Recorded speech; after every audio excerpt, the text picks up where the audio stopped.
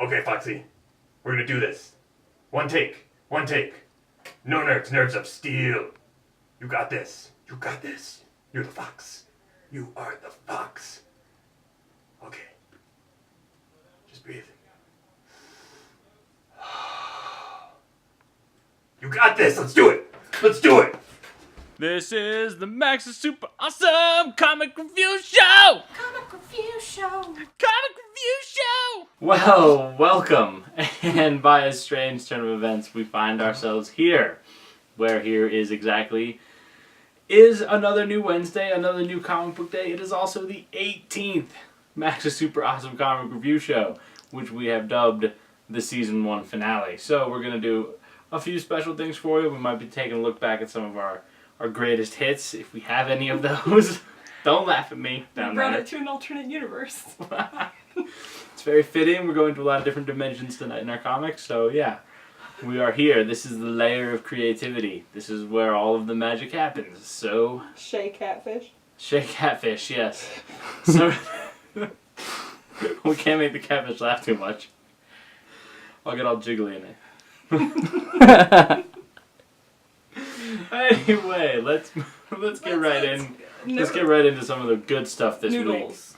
The Noodles. Yeah, we love the Noodles. First up on our Noodles list is Batman Detective Comics issue number 31.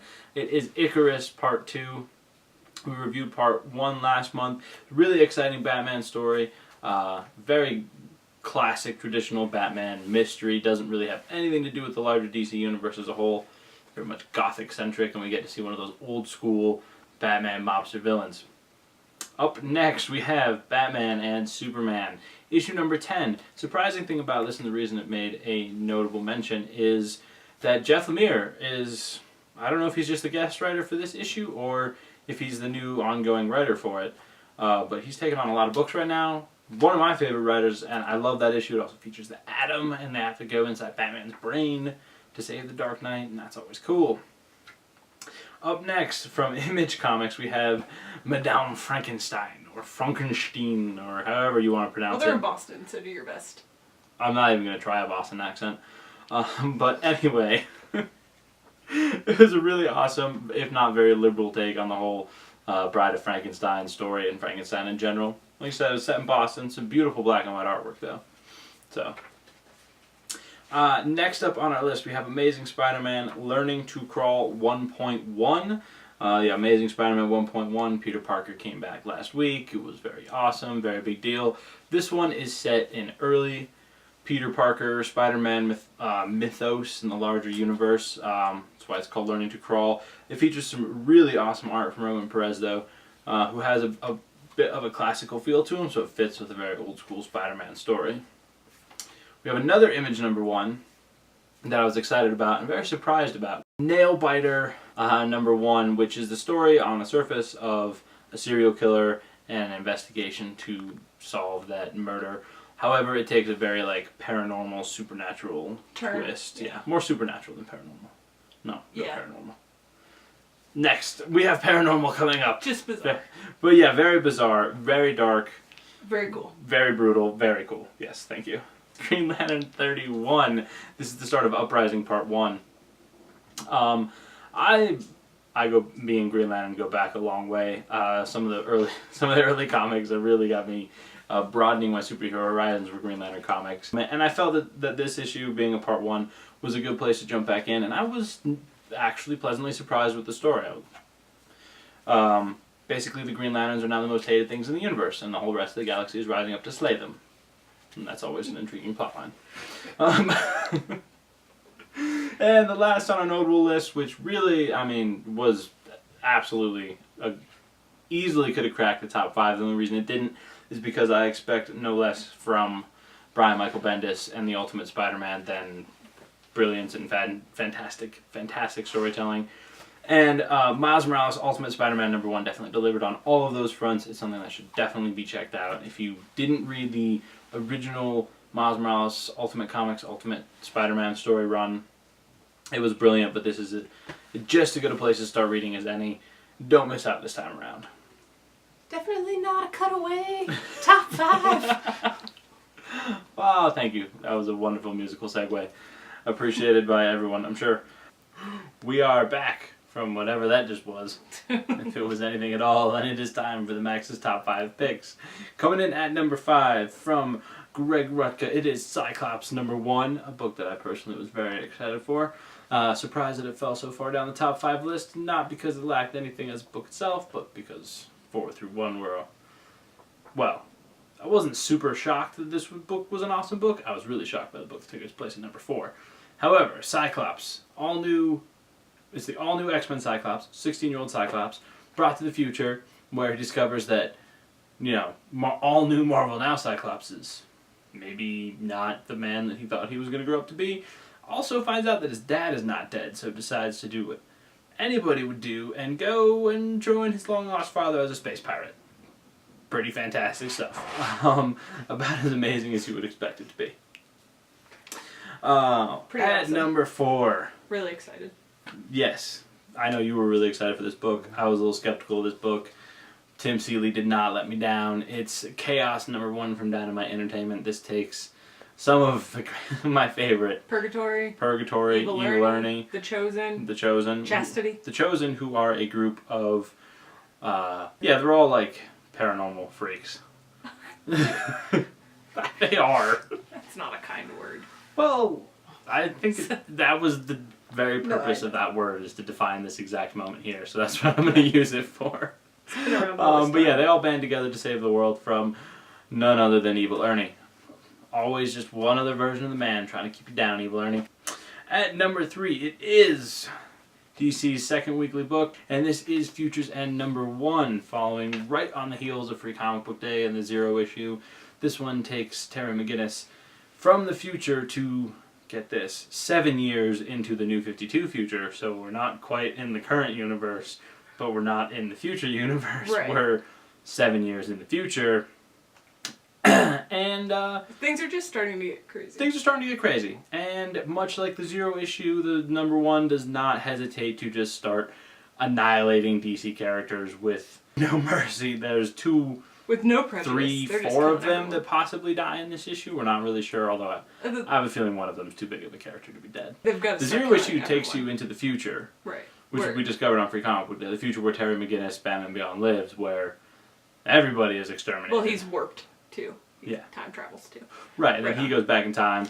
Things get crazy. So far, I'm loving it. The relationship between Batman Beyond, Terry McGinnis, and Alfred, who is now like a computer that lives inside of the Batsuit, but was programmed by Bruce Wayne, so it's also Bruce Wayne. It's gonna be awesome. It's Brilliant gonna be and like the only fantastic. comedic relief in a very brutal book. It's true. And the only reason that book fell down to number 3 is I think you have to put it into a larger context of what DC typically does with these sorts of events.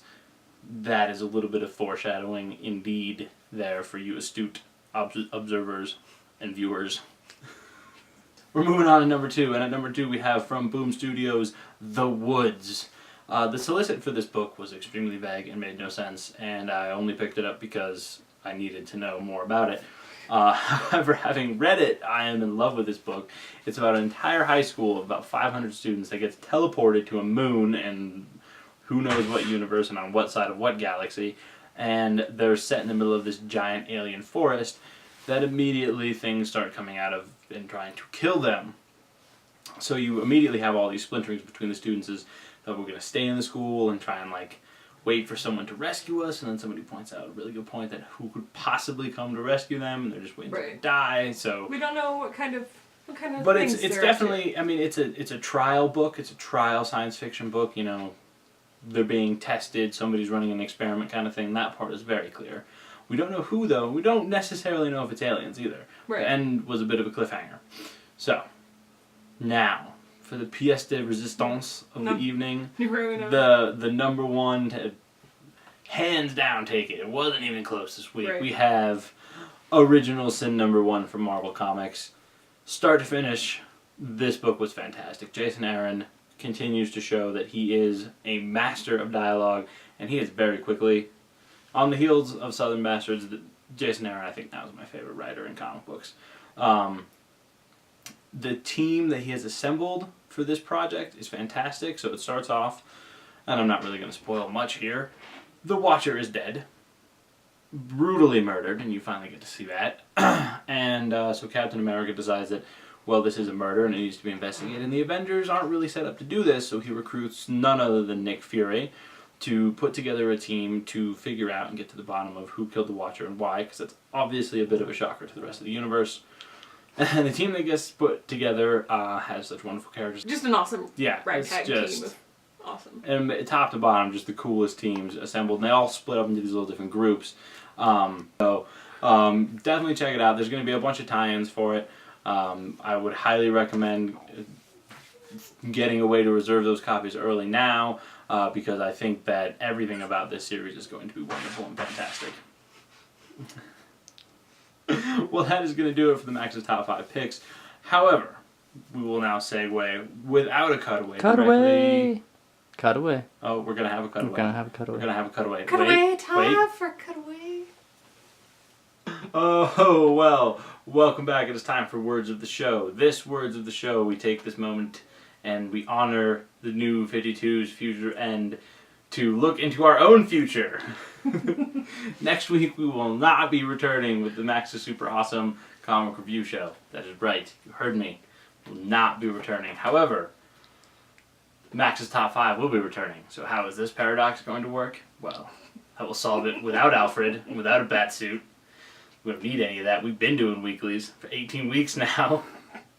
Next week we will be debuting the Max's Super Awesome Comic Variety All New Now Initiative. I think I got that right. Get ready for the all new.